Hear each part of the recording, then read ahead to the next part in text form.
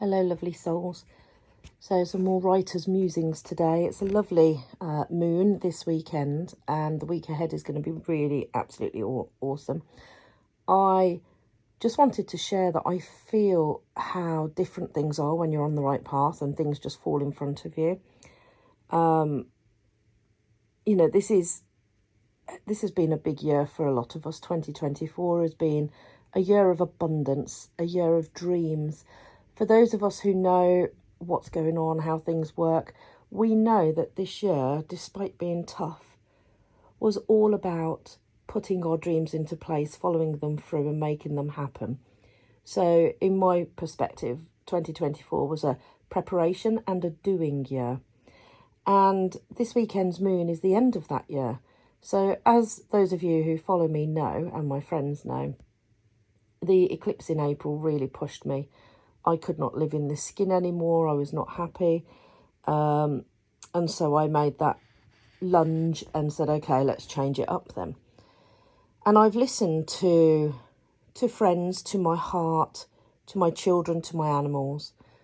And I have progressed on that journey as a result to what the universe and my children and animals and things put in my path. So initially I was going to go to Italy, but I couldn't make things move fast enough. The visa is challenging when you have multiple revenue streams like I do. There's a language barrier for my children and their schooling. The climate would have been far too hot for my huskies and Maine Coons. And I just sat back and I thought, okay, this is something that's meant to happen, just not quite right now. And what I've come to learn, now that I've settled on building my retreat in Ireland, what I've come to learn is that I am going to have a retreat in Italy, but it will be a second retreat. My main primary focus will be on Ireland. And the retreat I have in Italy has a whole new, a whole new prospect if it doesn't have to be a home as well. So my children and my animals, being a massive part of my life, of course, have needs that I do not. So I think in 2026 I will buy a villa in Italy that doesn't need to have the land and the enclosure that I'm looking for, because Ireland will have that for my animals. And then Italy will be like a second retreat that I do, like 3 or 4 times a year. So it's been really interesting to watch, actually. And I don't know if any of you, please feel free to share your stories. I don't know if any of you have had it where serendipity just works amazingly and plonks things right in front of you when you're on the right path. And if you're finding a lot of resistance and things are not happening like that, then you're not on the right path. So it's very interesting, because I definitely saw myself in Italy, and I still do, but not as my primary retreat. And that has been a really interesting journey to learn. And I don't think they will be far apart from each other. So, this is a really wonderful time of year. It's the end of the year. For me, the big push was April, and then November that ended yesterday was the termination of all of that effort. That's my personal journey. So I'm really excited stepping into the 1st of December today. I've now used this year to get rid of everything I didn't want that wasn't serving me. And I'm now starting to step into my inner self so much more, and who I am, what I want to be. And I'm ready to just launch into that new me next year. This moon now means that we have the power to visualize next year even more and pull it into our lives. And I'm having a huge amount of fun with this visualization game. I love meeting myself a year ahead and just watching everything. I had a manifestation list with something like 44 items on there, and I think I've got, there's less than 15 on there now. I've just been crossing them all off all year as they're achieved, and it's just been really cool.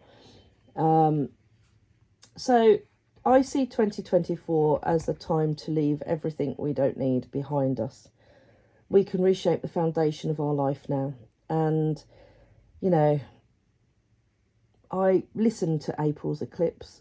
I took action accordingly. I allowed myself to be guided on everything that's happened since and has brought me to this place. I then made the executive decision last week to put a deposit down on Rose Cottage, and I'm investing in just so many different things and plans that are just really amazing. So an Italian retreat will be a lot easier without it needing to be our home too for the animals and children. The school wouldn't have been as easy for the kids as an Irish college and university will be. There's no language barrier, there's no culture differences. It's just going to be so much easier for them. The climate will be a lot easier and nicer for my animals. So this week is a powerful week with the energy that we have. And for those who know, on Sunday we get the first quarter moon in Pisces, and this is all about dreams, desires, going inwards, really feeling this year, and especially this month, that my spiritual me and human me are fully in connection. It is really reminding me this year that I am a soul having a human experience. And because my book's called The Children of Pisces, I think there's something extra special about next weekend with the first quarter moon in Pisces. You know, it's a very special time for me, for all of us. So on Friday and next weekend, it's a really good time for us all to ask for help, and to just offer it up out there. I need you to guide me, give me some help, show me the way. And you'll find little messages and things come into your life, come in front of you. But you've got to be looking out for those answers, and be aware of how you behave. I have a lot of spiritual connections who say, well, I've asked, so I'm not getting anything back. So, okay, but you said something quite mean to that other person a couple of days ago and you had her in tears.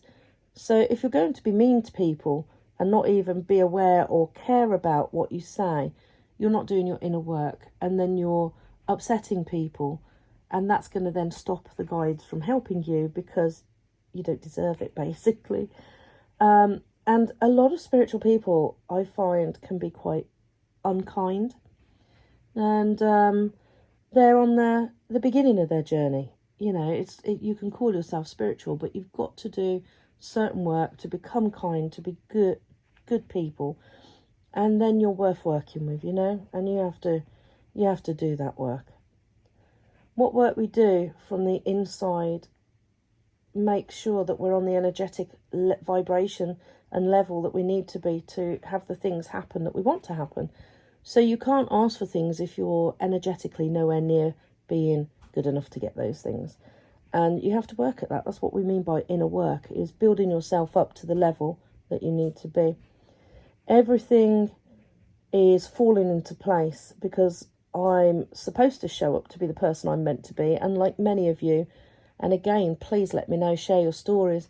How hard do we find it to step out and do the service that we're supposed to do? I find it hard letting go of my financial security to do something that is not as financially affluent. And I find it, quite scary and intimidating, don't we all? It's huge to step out there. So have a think about, where you are, where you want to be. Many of us have really put a lot of work into 2024 to make everything we want line up and happen, so that then this year of abundance paves the way for the rewards and for its return in 2025. And next year is going to be flipping amazing for us. And I say to my children, the future is absolutely beautiful. It's going to be so fantastic, but we have to do the work now throughout this change. We have to prepare, we have to lay the foundations, and then we are going to absolutely reap the benefits. So I'm wishing you all a lovely week ahead. Please use these energies. Stay positive, stay strong. And it's a beautiful world out here. Remember that. Love to you all.